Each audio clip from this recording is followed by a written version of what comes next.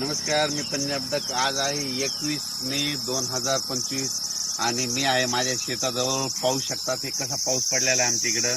म्हणजे जवळपास 10 दिवस झालं सारखा पाऊस चालू. हे वडे नाले आमचे बांध फुटलेत. 10 दिवसापासून आमच्या शेतामध्ये वापसा नाही आणि या ठिकाणून परत महाराष्ट्रातल्या शेतकऱ्यांना अंदाज देणार आहे. राज्यातल्या सर्व शेतकऱ्याला सांगू इच्छितो की आज 21 मे, आज पण 21 मे ला दुपारी 3च्या नंतर राज्यात पुन्हा जोरदार पाऊस पडणार आहे. म्हणून हा अंदाज म्हणजे हा पाऊस 25 तारखेपर्यंत खूप पडणार आहे. त्याच्यानंतर 26, 27, 28, 29, 30 ला थोडा कमी प्रमाणात होईल.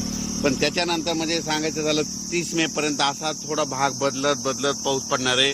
म्हणून राज्यातल्या सर्व शेतकऱ्यांनी काय करायचं, आता काय झालं नेमका पाऊस खूप झाला, जमिनीमध्ये ओल देखील खूप झाली. पण काय झालं, शेतकऱ्यांच्या शेतच दुरुस्त नसल्यामुळं अडचणी येत आहेत. म्हणून राज्यातल्या सर्व शेतकऱ्याला सांगू इच्छितो की तुम्ही काय करा, जशी वेळ भेटेल तसं काय करा, तुम्ही तुमचे शेत दुरुस्त करा. कारण की राज्यामध्ये आता जवळपास हे 25 मे पर्यंत तर मुंबई पुणे नाशिक नगर जिल्हा मुसळधार पाऊस पडणार आहे. म्हणून हा अंदाज लक्षात घ्या. आज देखील मुंबईला मुसळधार पाऊस असणार आहे. मुंबईकरांनी सतर्क राहण्याची गरज आहे. म्हणून हा अंदाज लक्षात घ्या. आणि राज्यात मात्र दररोज 2-2 दिवस प्रत्येक ठिकाणी मुक्काम करत हा पाऊस संपूर्ण राज्यावर पडणार आहे. विदर्भात पडणार आहे, पूर्व विदर्भात पडणार आहे, मराठवाड्यात पडणार आहे, पश्चिम महाराष्ट्र, उत्तर महाराष्ट्र, दक्षिण महाराष्ट्र, कोल्हापूर इकडे सगळीकडेच पडणार आहे. म्हणून हा अंदाज लक्षात घ्यायचा.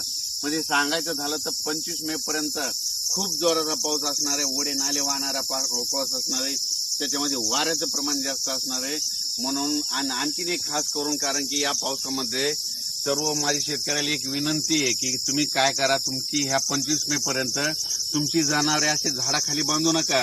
कारण की काय झालं, आज आमच्या तालुक्यात देखील खूप ठिकाणी विजा पडल्या, जनावरे खाली असल्यामुळं त्या जनावरे दगावली आणि विजा पडत असताना, कडकडत असताना झाडाखाली तुम्ही देखील थांबू नका. आपले पाळीव प्राणी देखील बांधू नका. माझी सगळ्याला विनंती आहे.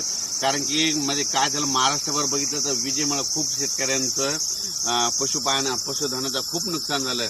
माझी परत विनंती की विजा कडकडत असताना झाडाखाली थांबू नका. डायरेक्ट घर जवळ करा, पण कुठं म्हणजे झाडाखाली निवारा घेऊ नका, ही माझी विनंती आहे. आणि राज्यातल्या सर्व शेतकऱ्याला सांगू इच्छितो की